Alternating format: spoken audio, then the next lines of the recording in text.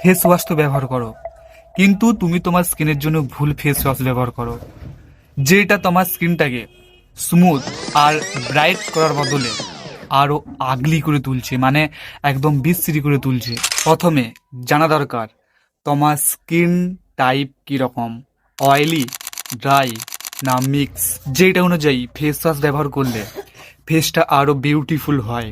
But তুমি যদি oily স্কিনের হও আর ড্রাই স্কিনের ফেস ওয়াশ ব্যবহার করো, আর তুমি যদি ড্রাই স্কিনের হও আর অয়েলি স্কিনদের জন্য তৈরি ফেস ওয়াশগুলো ব্যবহার করো, তাহলে ফলাফল ঠিক তার উল্টো। আচ্ছা, তাহলে তুমি তোমার স্কিন টাইপ জানবে কি করে?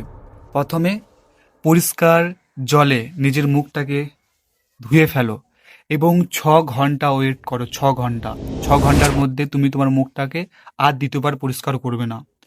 6 ঘন্টা বাদ নিজের স্কিনটা পরশ করো অথবা আয়নায় দেখো।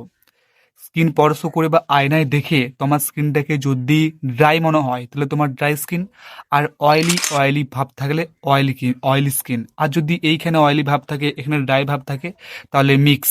কারো কারো স্কিন আবার সেন্সিটিভও হয়, মানে কোনো কিছু শ্যুট করতে চায় না তার মুখে। সেই অনুযায়ী তুমি তোমার ফেস ওয়াশ বাছবে। তুমি তোমার স্কিন টাইপ অনুযায়ী ফেস ওয়াশ কি কিনবে সেটা সেরকম অনেক ভিডিও ইউটিউবে পেয়ে যাবে, দেখতে পারো। এবং এটা মনে হতে পারে যে ফেস ওয়াশ কিনে কি হবে, কিন্তু ফেস ওয়াশ কেনার যদি সামর্থ্য না থাকে তাহলে কেনা দরকার নেই।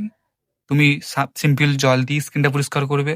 যতই লোকে বলুক যে রূপ কোনো ফ্যাক্টর নয়, রূপ দেখে না কেউ, কিন্তু ফার্স্ট ইমপ্রেশন সবসময় মুখ দেখেই হয়, এটা মনে রাখবে।